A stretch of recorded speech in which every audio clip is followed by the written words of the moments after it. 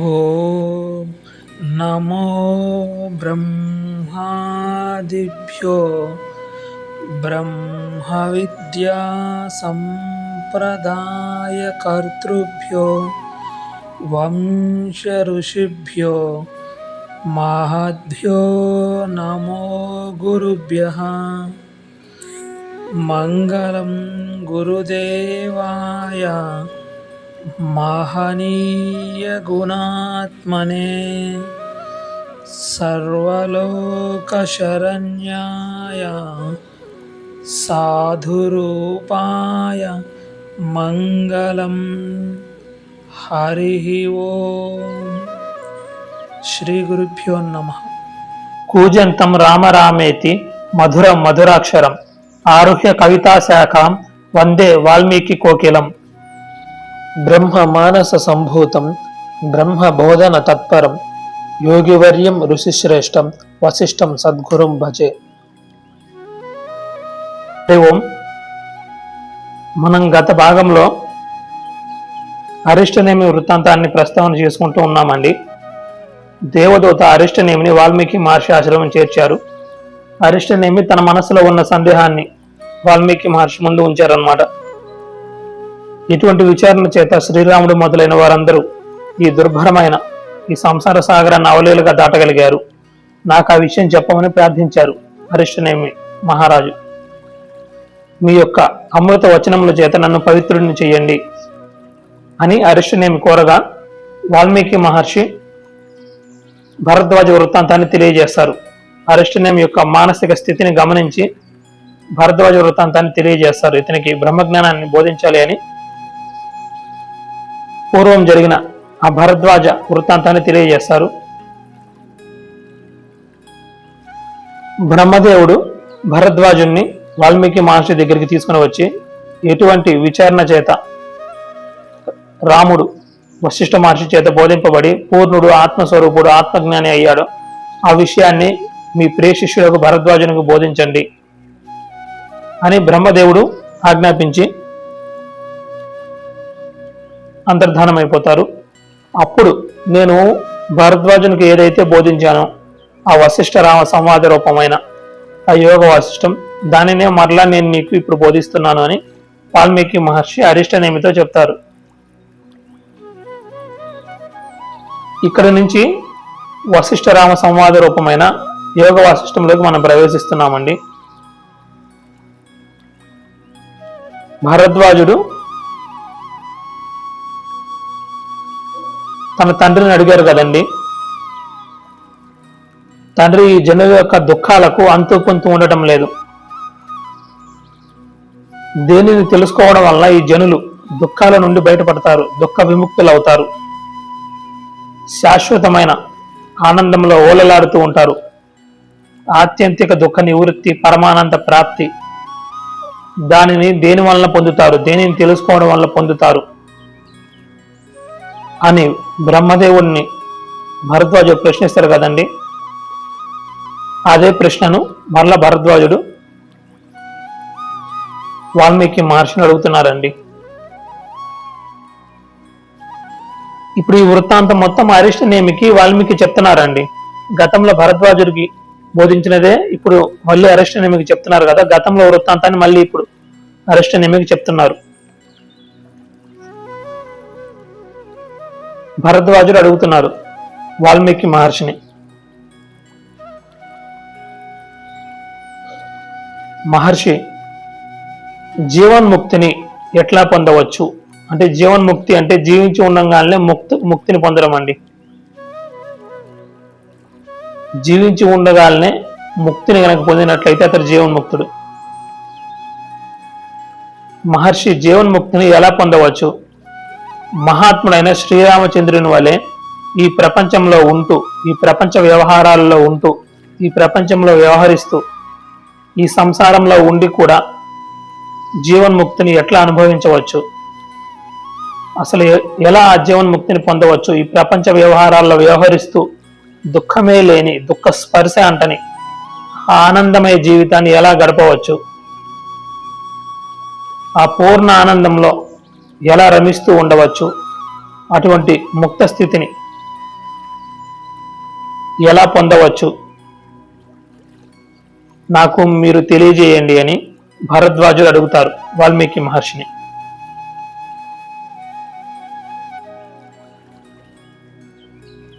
భరద్వాజుడు అడిగిన ప్రశ్నకు వాల్మీకి మహర్షి సమాధానం చెప్తున్నారండి.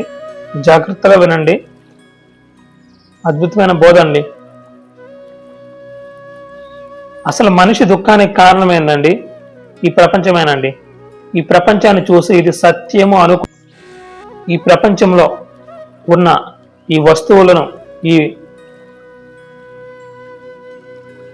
విషయాలను, ఈ భోగ్య వస్తువులను అనుభవించాలి అని మనిషి పరిగెత్తుతూ అమితమైన దుఃఖాన్ని ప్రోగు చేసుకుంటూ ఉన్నాడు. ఎంతగా ఈ ప్రపంచంలో పరిగెడుతూ ఉన్నాడో అంతగా దుఃఖపడుతూ ఉన్నాడు. ఏదో పొందాలి అని, ఏదో సాధించాలి అని పరిగెడుతూ ఉన్నాడు. పరిగెత్తి చివరికి శ్మశానంలో బూడిదవుతున్నాడు అంతే.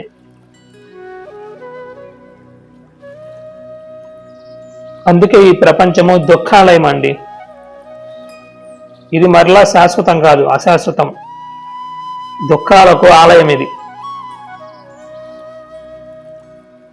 మరి కనిపించినంత మాత్రాన ఈ ప్రపంచం సత్యమా?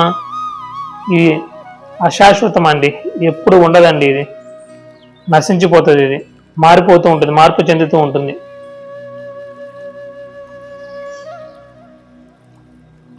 ఈ అశాశ్వతమైన, ఈ నశించిపోయే, ఈ నశ్వరమైన ఈ ప్రపంచాన్ని పట్టుకొని మనిషి ఊగులాడుతూ ఉన్నాడండి. అందుకే నిత్యం దుఃఖపడుతూ ఉన్నాడు మనిషి.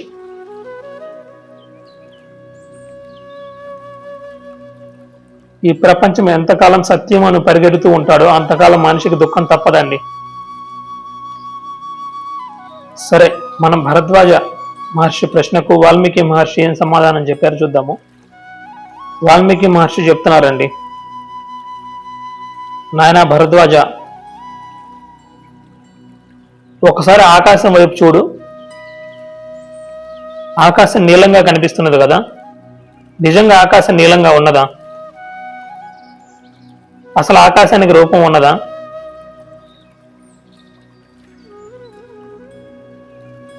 ఆకాశము అంటే అవకాశ ప్రదాతృ ఆకాశ, అంటే అవకాశాన్ని ఇచ్చేది ఆకాశము, అంటే ఖాళీ ప్రదేశం. ఇప్పుడు మన ఇంట్లో ఒక గది ఉన్నదండి. ఆ గదిలో మనము ఒక వస్తువుని పెట్టాలి. అక్కడ ఒక వస్తువుని వేరే దగ్గర నుంచి తీసుకుని వెళ్ళి ఆ గదిలో ఉంచాలి. అంటే మీ ఇంట్లో హాల్లో ఒక టేబుల్ ఉందండి, అది మీ స్టోర్ రూమ్ లో పెట్టాలి అనుకుంటున్నారు. ఈ టేబుల్ని తీసుకుని వెళ్ళి ఆ స్టోర్ రూమ్ లో పెట్టాలి అంటే, అది అక్కడ ఉండాలి అంటే అక్కడ ఖాళీ ఉండాలి కదా, స్పేస్ ఉండాలి కదా. ఖాళీ లేకపోతే మీరు దాన్ని అక్కడ పెట్టలేరు కదా. ఖాళీ ఉంటేనే మనం ఒక గదిలో ఒక వస్తువుని ఉంచగలం. అంటే ఆ వస్తువు ఉండడానికి ఒకటి అవకాశం ఇస్తున్నది. ఏమిటి? అది ఆకాశం అండి. అంటే ఆ వస్తువు అక్కడ ఉండడానికి ఒకటి స్థానం కల్పిస్తున్నది, అవకాశం ఇస్తూ ఉన్నది. ఆ అవకాశం ఏది ఇస్తున్నది? ఖాళీ ప్రదేశం అండి. అందుకే ఆకాశం అంటే అవకాశ ప్రదాతృ ఆకాశ అంటున్నదండి శాస్త్రం. చూడండి, నిజంగా ఆకాశం నీలి రంగులో ఉన్నదా? అసలు ఆకాశానికి రూపం ఉన్నదా?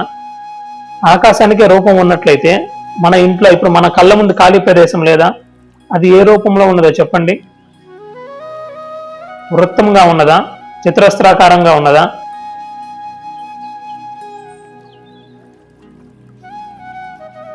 ఏ రూపంలో ఉన్నది?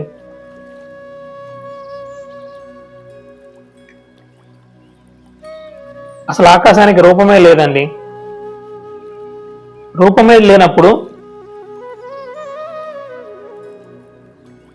దానికి రంగు ఉంటుందా? నిజంగా ఆకాశానికి రంగు ఉండేటట్లయితే మన కళ్ళ ముందు కూడా ఆకాశం ఉందే అండి. మరి ఇది ఏ రంగులో కనబడుతుంది? ఆకాశం అంటే పైన ఉండేదే కాదండి. ఇప్పుడు పైన ఉండే ఆకాశాన్ని చూద్దాము. నిజంగా ఆకాశానికి రంగు ఉందా అండి? లేదు కదండి. మరి పైన నీలి రంగులో కనబడుతూ ఉన్నది కదా. అసలు రూపమే లేని ఆకాశము పైన నీలి వర్ణంలో కనిపిస్తూ ఉన్నది. అది ఎలా సాధ్యమండి? సత్యమా అది? ఏది వాస్తవంగా లేదో కానీ ఉన్నట్లు కనిపిస్తూ ఉన్నదో ఏంటిది? ఆకాశంలో నీలి వర్ణంలా, ఆకాశం నీలి రంగులో ఉంది కదా. సంధ్యా సమయంలో నలుపుల, సంధ్యాకాలంలో మీరు సంధ్యా సమయంలో ఎరుపుల, మీరు సంధ్యా సమయం చూస్తే ఆకాశం ఎర్రగా ఉంటుందండి. రాత్రి అందు నలుపుల, మీరు రాత్రిపూట ఆకాశం చూస్తే నల్లగా ఉంటుంది. అసలు ఏ రూపము లేని ఆకాశంలో ఇన్ని రంగులు కనబడుతున్నాయి. ఒకప్పుడు నీలి రంగులో, సంధ్యా సమయంలో ఎరుపు రంగులో, రాత్రి సమయంలో నలుపు రంగులో. ఇన్ని రంగులు నిజంగా ఆకాశానికి ఉన్నాయా అండి? అసలు రూపమే లేదు ఆకాశానికి. రూపమే లేని ఆకాశంలో ఇన్ని రంగులు కనిపిస్తూ ఉన్నాయే, అనుభవానికి అందుతూ ఉన్నాయే. నిజంగా ఇది సత్యమా అండి?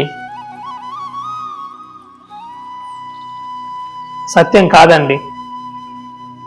అదే వాల్మీకి మహర్షి చెప్తున్నారండి భరద్వాజునికి. అద్భుతమైన ఉపమానం ఇది. భరద్వాజ, నిజంగా ఏ రూపము లేని ఆకాశంలో నీలం, ఎరుపు, నలుపు మొదలైన ఎన్నో రంగులు కనిపిస్తున్నాయి కదా. కనిపిస్తున్నంత మాత్రాన సత్యమా? సత్యం కాదు కదా. అనుభవాన్ని ఆధారం చేసుకునే చెప్పేటట్లయితే అనుభవం ఇట్ సెల్ఫ్ ఈజ్ రాంగ్ అండి. నిజంగా అనుభవమే సత్యమయ్యేటట్లయితే నాకు ఆకాశం నీలి వర్ణంగా కనిపిస్తూ ఉన్నది. మరి అక్కడికి వెళ్తే ఆ వర్ణం ఉంటుందా? నాకు ఎడారిలో నీటి మడుగు కనిపిస్తూ ఉన్నది. కనిపిస్తూ అనుభవానికి అందుతుందండి. అనుభవానికి అందినంత మాత్రం సత్యమా? దూరంగా నీటి మడుగు కనిపిస్తూ ఉన్నది. నేను ఆ నీరు కోసం పరిగెత్తుకుంటూ అక్కడికి వెళ్ళాను. అక్కడికి వెళ్తే అక్కడ ఏమీ లేదు. మరలా దూరాన ఇంకొక దగ్గర అలా నీటి మడుగులా కనిపిస్తూ ఉన్నది. అక్కడికి వెళ్ళి చూస్తే అక్కడ ఏమీ లేదు. మరి అనుభవానికి అందింది కదండి నీటి మడుగులాగా. మరి అనుభవానికి అందినంత మాత్రాన ఎండమావండి, ఎండమావ గురించి చెప్తున్నాను. మరి ఆ అనుభవానికి అందినంత మాత్రాన సత్యమా? సత్యం కాదు కదా. నీకు ఆ వ్యవహారంలో అలా కనిపిస్తూ ఉన్నది కానీ వాస్తవాన్ని చూస్తే అది సత్యం కాదండి.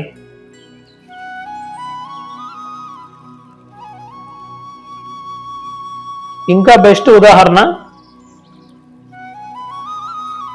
ఈ రజ్జు సర్ప భ్రాంతి, ఇవన్నీ ఉన్నాయండి. సూక్తి రజితము, ముత్యపు చిప్ప, వెండి. దూరం నుంచి చూస్తే ఇది వెండిలాగా మెరుస్తున్నది అనుకుంటారు. దగ్గరికి వెళ్ళి చూస్తే అది ముత్యపు చిప్ప. మరి వెండిలాగా తెల్లగా మెరుస్తూ కనిపించింది కదా. వెండి అన్న భ్రమ కలిగింది కదా. వెండి ఏమో అనుకొని పరిగెత్తుకుంటూ వెళ్ళారు కదా. తీరా అక్కడికి వెళ్ళి చూస్తే అది ముత్యపు చిప్ప కదా. అనుభవానికి అందినంత మాత్రం సత్యమా? అనుభవమే గనక సత్యమైతే వీటి పరిస్థితి ఏంది? వాస్తవంగా ఉన్నదా? ఉన్నవా? అవి లేవు కదా. అనుభవంలో అలా అందుతూ ఉన్నాయి. అదే చెప్తున్నారండి వాల్మీకి మహర్షి. ఈ ప్రపంచం కూడా వాస్తవంగా లేనిదే. నిజంగా ఇది లేదయ్యా. అయినప్పటికీ పరబ్రహ్మములో, ఆ బ్రహ్మము యందు ఇది భ్రమ చేత కనబడుతూ ఉన్నది. ఆకాశంలో నీలివర్ణం ఎంత సత్యమో ఈ జగత్తు కూడా అంతే సత్యమయ్యా.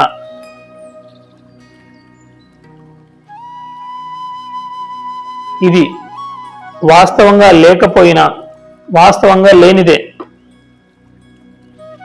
అయినప్పటికీ బ్రహ్మము యందు భ్రమ చేత ఇది కనబడుతూ ఉన్నది. దీనిని అర్థం చేసుకోవడానికి ఒక చిన్న ఉపమానం చెప్తానండి. ఇది వాస్తవంగా లేదు, అయినప్పటికీ పరబ్రహ్మంలోనే భ్రమ చేత కనిపిస్తూ ఉన్నది అంటున్నారు కదా. ఇప్పుడు ఒక అద్భుతమైన ఉదాహరణ చూద్దామండి. ఒకతను మసక చీకటి, అంటే పూర్తి చీకటి లేదు, పూర్తి వెలుగు లేదు, అంటే సాయం సంధ్య అనుకోండి. సాయం సంధ్య అనుకోండి. అతను ఆ మసక చీకటిలో రోడ్డు మీద వెళ్తూ ఉన్నాడు. రోడ్డు మీద మెలికలుగా ఒకటి ఉన్నది, లావుగా మెలికలుగా ఒకటి ఉన్నది. అతను పోతూ ఉన్నాడు రోడ్డు మీద. అతను తన కాలు అక్కడ వెయ్యిపోయి ఒక్కసారిగా చూసి అమ్మో పాము అనుకొని, పాము ఉన్నది అని చెప్పేసి ఆవంతను ఒక్కసారిగా భయపడి వెనక్కి వెళ్ళి వెనకమాల ఉన్న చెట్టుకు కొట్టుకొని తల బొప్పి కట్టి బాధపడుతూ ఉన్నాడు. ఇంతలో అటు పక్కనే పోతున్న ఒక వ్యక్తి ఏమైంది అని వచ్చి ఇతన్ని ప్రశ్నిస్తే, అదిగో అక్కడ పెద్ద పాము ఉన్నది, రోడ్డు మీద పడుకొని ఉన్నది అని చెప్పాడు. ఏది ఆగు, ఒకసారి చూద్దాం ఆగు అని చెప్పి అతని దగ్గర ఉన్న అతను ఒక దీపాన్ని తీసుకుని వచ్చాడు. ఒక దీపాన్ని తీసుకుని వచ్చి ఆ దీపం వెలుగులో చూస్తే అది ఒక త్రాడు. ఎవరో పిల్లవాడు ఆడుకుంటూ సాయంత్రం అయింది కదా, వాళ్ళ అమ్మ పిలిస్తే ఆ తాడును అక్కడ రోడ్డు మీద పడేసి వెళ్ళిపోయాడు. ఆ తావుడు మంచి లావుగా ఉన్నది, అది మెలికలుగా పడి ఉన్నది. అది ఇతను చూసి పాము అనుకొని భ్రమ చెందాడు. ఇప్పుడు చూడండి, వాస్తవానికి నిజంగా అక్కడ పాము అనేది ఉన్నదా? లేదు, అది మన భ్రాంతి. ఆ భ్రాంతి చూడండి. సరే, పాము అనేది మన భ్రమ అనుకుందాము. అక్కడ పాము లేదు, మన భ్రాంతి, అది మన భ్రమ అనుకుందాము. మీరు ఒక విషయం గమనించండి. అతనికి పాము అన్న అది త్రాడు తెలియకపోవచ్చు, కానీ అతనికి పాము అన్న ఆ భ్రమ కలిగింది అంటే ఆ పాము అని అతనికి ఆ భ్రమకి ఆధారంగా అధిష్టానంగా ఒకటి ఏదో ఉన్నదండి. అతనికి ఆ భ్రమ కలగడానికి అధిష్టానంగా ఒకటి ఏదో ఉన్నది. ఏమిటది?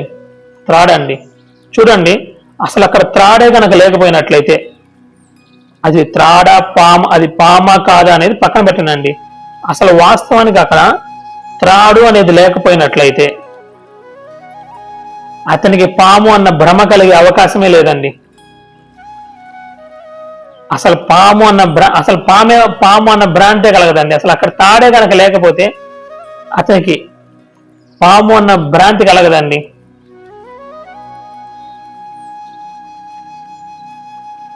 అతనికి పాము అన్న భ్రమ కలిగింది అంటే అది అసత్యమైనా గాని, అంటే ఆ పాము సత్యం కాకపోయినా గాని ఆ భ్రమ కలగడానికి ఆధారంగా అధిష్టానం అండి. అధిష్టానంగా ఒకటి ఉన్నది కదా త్రాడు. ఆ త్రాడే లేకపోతే ఆ పాము అన్న భ్రమ కలగదు. అసలు పామే ఉండదు అక్కడ. పాము నిజంగా లేదనుకోండి, అసలు ఆ భ్రమ కలగడానికి ఆస్కారమే లేదు. దానికి అధిష్టానంగా త్రాడు ఉన్నది కదండి. అసలు ఆ త్రాడే లేకపోతే అక్కడ ఎటువంటి భ్రాంతి లేదు. ఆ భ్రమ కలగడానికి, పాము అన్న భ్రమ కలగడానికి ఆధారమే లేదు. ఆడ రజ్జువు మీద, రజ్జు అంటే త్రాడండి, త్రాడు మీద సర్పాన్ని ఆరోపించారు అంతే. ఆ పాము మీద సర్పాన్ని ఆరోపించి పాము అని భయపడి వెనకమాల చెట్టు కొట్టుకొని తల నుండి రక్తం వచ్చి నానా బాధలో అనుభవించాడు. ఎందుకు? అది అక్కడ పాము లేదు, ఉన్నది త్రాడే అన్న ఎరుక లేకపోవడం వల్ల, అన్న జ్ఞానం లేకపోవడం వల్ల, అజ్ఞానం చేత అది పాము అని భ్రాంతి చెంది నానా బాధల్ని అనుభవిస్తున్నాడు. అలాగేనండి ఇక్కడ కూడా ఈ ప్రపంచం కూడా సత్యము రజ్జువు యందు సర్పము ఆరోపించినట్లు, అంటే త్రాటి యందు పామును ఆరోపించినట్లు బ్రహ్మము యందు ఈ జగత్తు ఆరోపించబడుతూ ఉన్నదండి. ఉన్నది పరమాత్మే, ఆ పరమాత్మ యందు ఈ జగత్తు ఆరోపించబడుతూ ఉన్నది. అతను ఉన్నది త్రాడే అని తెలియక పాము అనుకుని ఎలా భ్రాంతి చెంది నానా బాధలు అనుభవించారో, జీవులు కూడా అధిష్టానమైన ఈ బ్రహ్మానికి సంబంధించిన జ్ఞానం లేకపోవడం వల్ల ఈ అనుభవానికి అందుతున్న ఈ జగత్తును చూసి ఇది సత్యం అనుకొని ఈ జగత్తులో పరిగెడుతూ నానా యాతనలను అనుభవిస్తూ ఉన్నాడు. వాస్తవానికి ఉన్నది త్రాడే, సర్పం అసలు ఎప్పుడూ లేదు. అతను దీపము తీసుకురాకముందు సర్పము లేదు, దీపము తెచ్చిన తర్వాత సర్పం లేదు. అసలు సర్పం ఎప్పటికీ లేదండి, ఉన్నది త్రాడే. త్రాడు సత్యం, పాము మిథ్య, కల్పితము. అది ఎప్పుడూ లేదండి. అసలు 3 కాలాలను పాము లేదండి, అది త్రాడేనండి ఎప్పుడు ఉన్నది. అదేవిధంగా ఈ జగత్తు కూడా అండి, ఈ జగత్తు కూడా అంతే సత్యం అండి. రజ్జు సర్ప భ్రాంతి అండి. అందుకే మనకి వేదాంతంలో సత్యాన్ని చెప్పడానికి రజ్జు సర్ప భ్రాంతి కన్నా మించిన గొప్ప ఉదాహరణ లేదండి.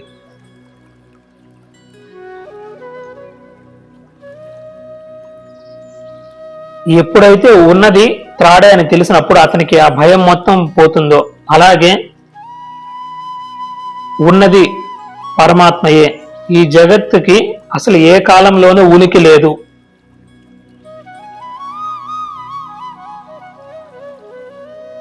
అన్న విషయాన్ని కనుక తెలుసుకున్నట్లయితే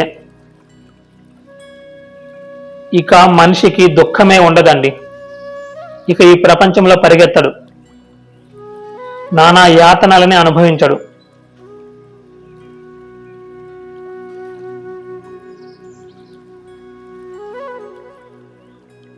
ఎలాగైతే పాము అసత్యమై కూడా వాస్తవంగా లేదు, కానీ ఆ త్రాటి యందు ఆరోపించబడింది కదా, అధిష్టానంగా త్రాడు ఉన్నది, దాని యందు ఆ పాము కనిపిస్తూ ఉన్నది. అలాగే ఈ ప్రపంచం కూడా వాస్తవంగా లేనిదైనప్పటికీ పరబ్రహ్మంలోనే బ్రహ్మచేత, అధిష్టానమైన పరబ్రహ్మం యందు బ్రహ్మచేత కనబడుతూ ఉన్నది. అట్టి భ్రమను తొలగించుకొని ఇక మరలా అది కలగకుండా, ఆ భ్రాంతి, ఆ భ్రమ మరలా కలగకుండా ఉండేటట్లు మరచిపోవటమే ముక్తి స్వరూపం. ఇది కాక మరొక మార్గం లేనే లేదు. ఈ భ్రాంతి మన మనస్సులో స్ఫురించకుండా ఉండడమే ముక్తి. ఇది కాక మరొక మార్గం లేదు. ఇది నా అనుభవం అంటున్నారండి వాల్మీకి మహర్షి. ఇటువంటి జ్ఞానం లేనిదే, ఇటువంటి జ్ఞానం కలుగనిదే ఎవ్వరూ ముక్తి స్వరూపాన్ని పొందలేరు, ఎవరు ముక్తిని పొందలేరు. జ్ఞానం లేనిదే ఎవ్వరూ ముక్తిని పొందలేరు. వాల్మీకి మహర్షి చెప్తున్నారండి. కనుక అటువంటి ఆత్మజ్ఞానానికై ప్రయత్నించు.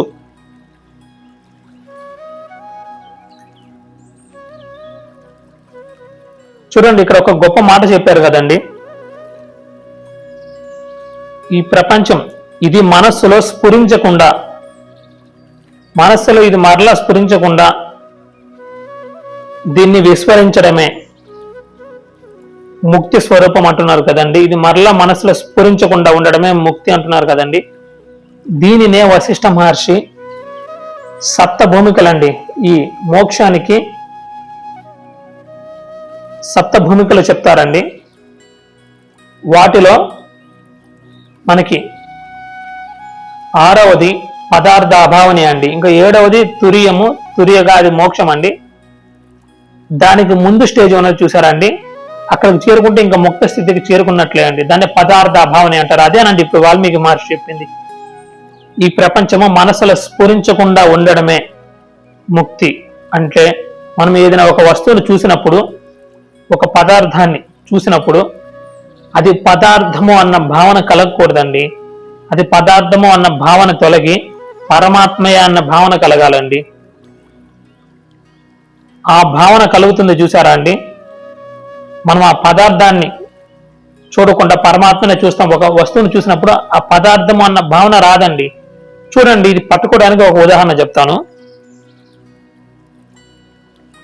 మీరు ఒక కొండని తీసుకొని వెళ్ళి ఎవరి ముందైనా ఉంచి ఇది ఏమిటి అని అడగనండి, అతను ఇది కుండ అంటారండి. కుండ అంటారు, అంతే తప్పితే మట్టి అనడండి. అదే మీరు ఇదే కొండని తీసుకుని వెళ్ళి ఒక జ్ఞాని ముందు, ఒక బ్రహ్మజ్ఞాని ముందు ఉంచినట్లయితే, వారిని మీరు ప్రశ్నించినట్లయితే, గురుదేవ ఇది ఏమిటని ప్రశ్నించినట్లయితే వారు మట్టి అంటారండి. చూడండి, అజ్ఞాని దృష్టికి జ్ఞాన దృష్టికి ఎంత భేదం ఉన్నదో. అజ్ఞాని నామరూపాలను చూస్తున్నాడు, జ్ఞాని అధిష్టానాన్ని చూస్తున్నాడండి.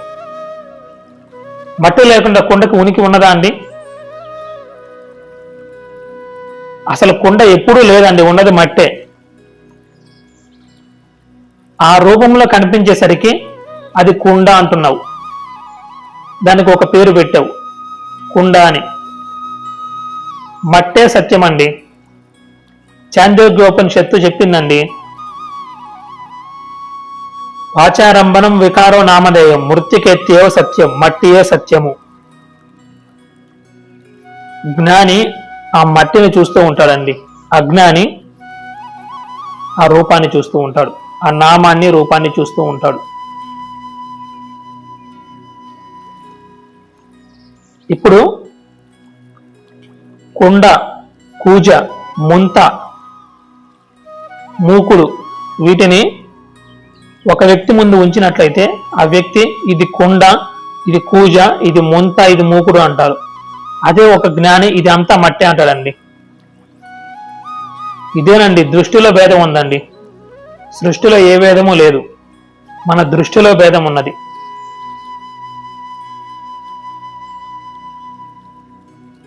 జ్ఞానికి ఇది కుండ, ఇది మూకుడు, ఇది ముంత, ఇది కూజ, ఇటువంటి ఆ నామరూప ఈ విశేషణాలు ఉంటాయి చూసారండి, ఇవి అసలు అదే మనసులో స్ఫురించవండి. కేవలం ఆ మట్టిని మాత్రమే చూస్తూ ఉంటారు. ఆ మృత్తికని మాత్రమే, ఆ మృత్తిక మాత్రమే వారి మనసులో కదిలాడుతూ ఉంటుందండి.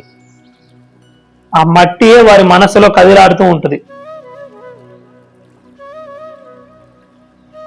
అజ్ఞాని మనస్సులో నామరూపాలు కదులుతూ ఉంటాయి, జ్ఞాని మనస్సులో మట్టి కదులుతూ ఉంటుందండి.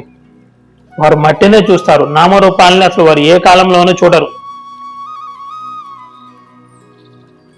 ఒక పదార్థం, ఆ కుండ అనే ఒక పదార్థాన్ని చూసినప్పుడు అది కుండ అన్న స్పృహ వారికి ఉండదండి, అది మట్టే అన్న జ్ఞానం వారికి ఉంటుంది. అదే పదార్థాభావని అండి. అసలు ఆ స్థితికి చేరుకున్నవాడు ఇక సప్త భూమికల్లో 7వది అయిన ఆ తుర్యాన్ని, ఆ మోక్ష స్థితిని పొందేస్తాడండి. అందుకే అండి జ్ఞాన దృష్టిని అలవరుచుకోవాలండి. ఆ ఆత్మజ్ఞాన అనుభవానికై ప్రయత్నించాలండి. ఈ దృష్టినే సమ్యక్ దృష్టి అంటారండి, సమ్యక్ వీక్షణము అంటారు, జ్ఞాన దృష్టి అంటారు, సమ్యక్ అవేక్షణము అంటారు. మనం ముందు వీడియోల్లో ప్రస్తావన చేసుకుందామండి. అసలు ఈ దృశ్య వస్తువు లేనే లేదయ్యా అంటున్నారు వాల్మీకి మహర్షి. నాయనా భరద్వాజ, అసలు ఈ దృశ్య వస్తువు, దృశ్యము అంటే కనిపించేదండి, ఈ కనిపించే ఈ వస్తువు అసలు లేనే లేదయ్యా. తత్వజ్ఞానం చేత మనస్సులో నుండి ఈ దృశ్య వస్తువులను తొలగించు. నీ మనస్సులో ఉన్న ఈ దృశ్య వస్తువు స్పృహ ఉన్నది చూసారా, దీన్ని మనసులో నుంచి ఊడ్చివేయవయ్యా, మనసులోంచి తొలగించు. ఈ దృశ్యాలని మనసులోంచి తీసివేయి. ఇప్పుడు చెప్పాను కదండి పదార్థ అభావని అని, ఆ స్టేటే మాట్లాడుతున్నారండి. ఈ దృశ్యాలని మనస్సులో నుంచి తొలగించు. తొలగించినట్లయితే అదియే నిర్వాణం నిర్వాణం నిర్వాణం అని చెప్పబడే పరమ ఆనంద స్థితి, పరమానందం అని చెప్పి ముగిస్తున్నారండి. హరి ఓం. ఓం సర్వే జనా సుఖినో భవంతు, సమస్త సన్మంగళాని సంతు, అసతో మా సద్గమయ, తమసో మా జ్యోతిర్గమయ, మృత్యోర్మా అమృతంగమయ. ఓం శాంతి శాంతి శాంతి.